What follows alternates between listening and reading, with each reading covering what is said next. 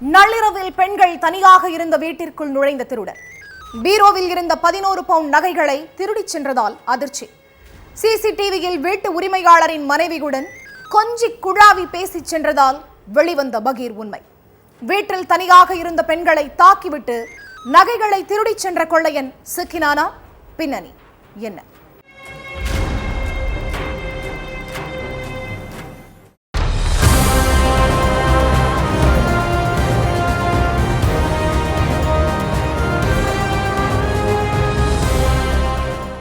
Night 12 மணி இருக்கும். கணவன் ராஜேந்திரனுக்கு phone பண்ண மனைவி அபிதா, என்னையும் உங்க அம்மாவையும் அடிச்சு போட்டுட்டு வீட்டுல இருந்த 11 பவுன் தங்க நகைய ஒருத்தர் திருடிட்டு போயிட்டாங்கன்னு பதற்றமா சொல்லி இருக்காங்க. மனைவி சொன்னதை கேட்டு பதற்றம் அடைஞ்ச ராஜேந்திரன் உடனே வீட்டுக்கு போயிட்டு நடந்த எல்லாத்தையும் கேட்டு இருக்காரு. அதுக்கடுத்து பக்கத்துல உள்ள குன்றத்தூர் போலீஸ் ஸ்டேஷன்ல புகார் அளிச்சிருக்காரு ராஜேந்திரன். உடனே ராஜேந்திரனோட வீட்டுக்கு போன போலீஸ் வீடு ஃபுல்லா ஆய்வு பண்ணிட்டு அபிதா கிட்டையும் அவங்க மாமியார் வள்ளியம்மாள் கிட்டையும் விசாரணை பண்ணாங்க. அப்ப வள்ளியம்மாள் உடம்பு ஃபுல்லா ஒரே காயமா இருந்திருக்கு. ஆனா அபிதாவோட உடம்புல எந்த ஒரு காயமும் இல்ல. இதை நோட் பண்ண போலீஸ் தங்களோட விசாரணையை நார்மலா ஸ்டார்ட் பண்ணாங்க. திருடன் எந்த வழியா வீட்டுக்குள்ள வந்தான், அந்த நேரத்துல யாரெல்லாம் வீட்டுல இருந்தீங்க அப்படின்னு கேட்டு இருக்காங்க. நானும் என்னோட மாமியார் வள்ளியம்மாள் மட்டும்தான் வீட்டுல இருந்தோம். 2 பேரையும் சரமாரியா தாக்கிட்டு எங்க கால்களை கயிறால கட்டி போட்டுட்டு பீரோக்குள்ள இருந்த நகையை திருடிக்கிட்டு போயிட்டான்னு சொல்லி இருக்காங்க அபிதா. அதை கேட்ட போலீஸ் 2 பேரையும் தாக்கினதா சொல்றீங்க, ஆனா வள்ளியம்மாள் உடம்புல மட்டும்தான் காயம் இருக்கு, உங்க உடம்புல காயத்துக்கான எந்த அறிகுறியுமே இல்லைன்னு கேட்டிருக்காங்க. அதுக்கு அபிதா ஏதேதோ சொல்லி சமாளிக்க பார்த்திருக்காங்க. ஆனா போலீஸுக்கு அவங்க மேல இருந்த சந்தேகம் போகல.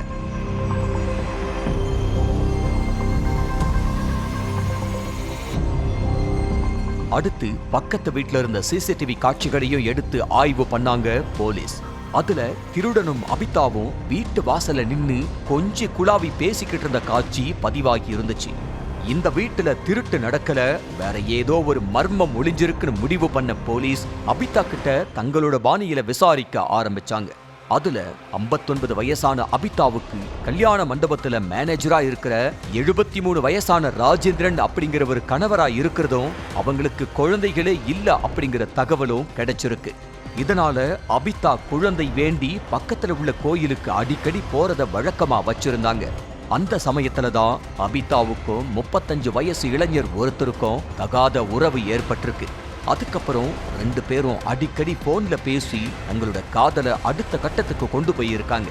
அபிதா தன்னோட காதலன் மேல ரொம்ப பாசமா இருந்திருக்காங்க. ஆனா அந்த இளைஞருக்கு அபிதாவோட சொத்து மேலதான் ஒரே கண்ணா இருந்திருக்கு. அது மட்டும் இல்லாம அந்த இளைஞர் அபிதா கிட்ட அடிக்கடி பணம் கேட்டு டார்ச்சர் பண்ணி இருக்காரு.